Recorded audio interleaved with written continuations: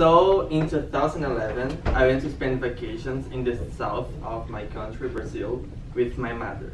And we spent for like 1 week there in a congress. So she decided to go to another city, like more in the south, to visit a cousin of her that she didn't see her, this cousin, for a long time. So okay, let's go. And then we went there. But she lived like in the countryside, and it's like in the middle of a mountain. And the weather is kind of rainy. So okay, there were like beaches and not many things to do because it's like a farm.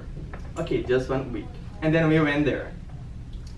But I started to get so boring because there was nothing to do. So no one with who I could talk, nothing that I could do, like just watch TV. And she used to make food for us all the time. So I was like having breakfast and then having lunch and then have something else. And I didn't want to get more food. And she was like, oh, eat more, eat more. No, thank you. Oh, you gotta eat it. And for example, I don't like to eat pork. And she insisted to make me eat pork. I was like pissed off, like, oh, I want to go home right now. Okay, so one day it started to rain really bad. And like, she lived in the middle of the mountain and her son lived like in the down part of the mountain. And then it started to rain really bad and we have to run to her son's house because her house was made of like a wood. Like, it's not so strong for like a storm. So it wasn't not safe to stay there. And I was like, each day I was like, oh, I want to go home, oh, I don't want to stay here. And after this event, because like we were sleeping, and she just shook us like, hey, wake up, we have to go to my son's house because this house can fall down. And I was like, oh my God, what am I doing here? So the next day, my mom tried to buy a ticket to go back to her hometown. But because of the weather, we couldn't leave the city. And I was like really sad. But on the other hand, she was like treating us really nice because she liked my mom a lot. And in one of the nights, I started reading a book that a priest wrote. And like, I'm not a religious person, but the way that he started to like, the message that he passed was like, oh, be kind to people, look who's around you, who treats you well, something like that. And then I started like to change the perspective that I was facing the situation. So instead of getting upset that I couldn't leave that place, that I had to run down the mountain every time that it rained, so I just started to get like kind of grateful for everything that she was doing, that she was treating us well. And then in the 2 last days, it was like a very sunny day and beautiful. And then we went to the city, like a little trip. And then we had like kind of fun. And I learned that nothing can be always like we planned or like we wanted, but somehow we like see the good perspective of it, try to change the point of view.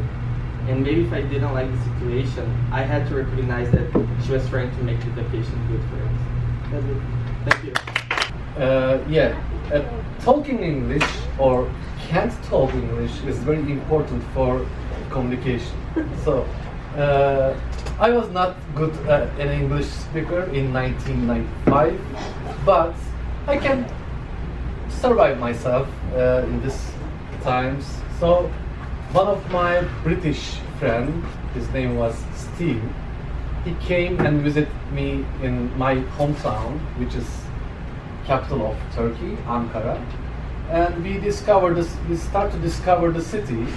And one of my college friends called me, and I invite him to join us, and he came to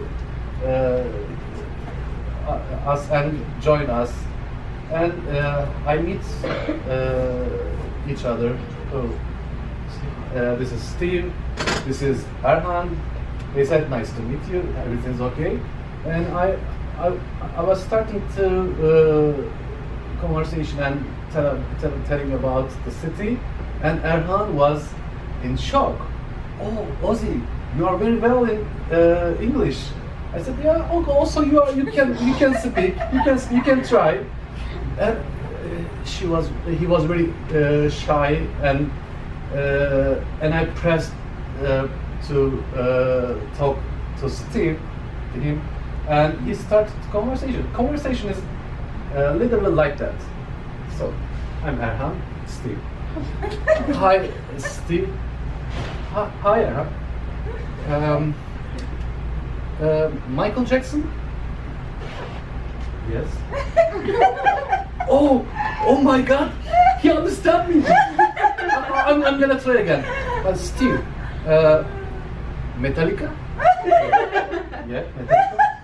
Oh, unbelievable! He can understand.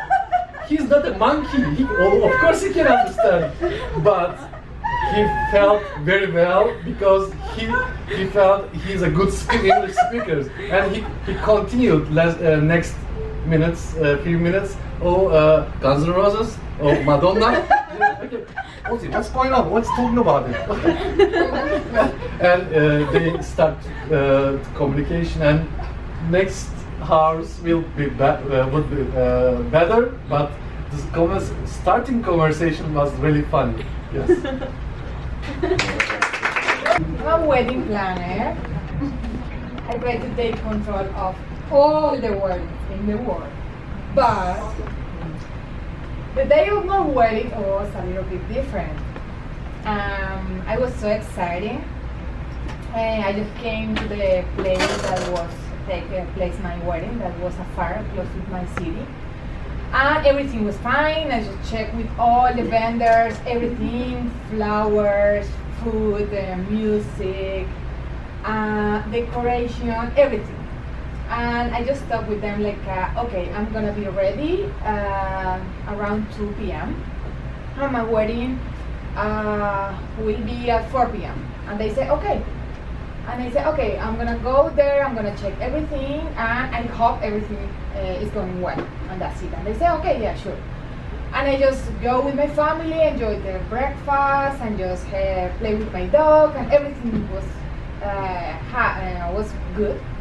My family was there with me. I was really comfortable, and I was almost ready. And my hairdresser was there too, and he organized myself. And I was wearing my underwear and just my robe. That's it. And of course, I closed my robe. This one I closed, totally closed. And I just say like, okay, it's 2 p.m. I'm gonna check everything. The first place that I went was the church. I mean, it was nobody in the church, just the guy next to me, and he said, okay, here is flowers, everything fine, all the papers in the chair for everyone. It was very nice, it was fine. And after that, I went to the salon, and I went and I checked everything there too, flowers, everything, music, and the last place that I went was the kitchen. So when I went to the kitchen, I was all the server there, and I just tried to be more friendly with them. Also, in the different weddings, I just tried to be friendly with them because they're your right hand. I mean, they are working full whole night. They need to do their best in order to every guest just feel comfortable and happy, and they always have liquor or everything that they need. And I went there, and they were having lunch. And I just started to say like, hey everyone, thank you for coming. Everything's gonna be really fun here. Just try to do your best. Just try to be really friendly with all the guests. Everything. I mean, I just try to be friendly, and that's it. I mean, they really know how do their job. So I didn't. I didn't say nothing strange, but the guy who was in front of me, he started to become red. I mean, his face changed, and he would look like in shock. And I just thought like maybe I am saying something wrong, or maybe he's comfortable. I don't know. And he just started to say like, okay, everything's gonna be fine. And of course, like now, no, I just start to move my hands and move my body a little bit, like, okay, no worry guys, everything's gonna be fine. Yeah, like that. And he more and more and more, and like, what the hell? What are you talking about? I don't know. And next to him was a girl, and he looked at me like, can I tell you something? And I said, yeah, sure, of course. I mean, feel free to tell me whatever you want. And she told me, could you close your robe? Your robe is open.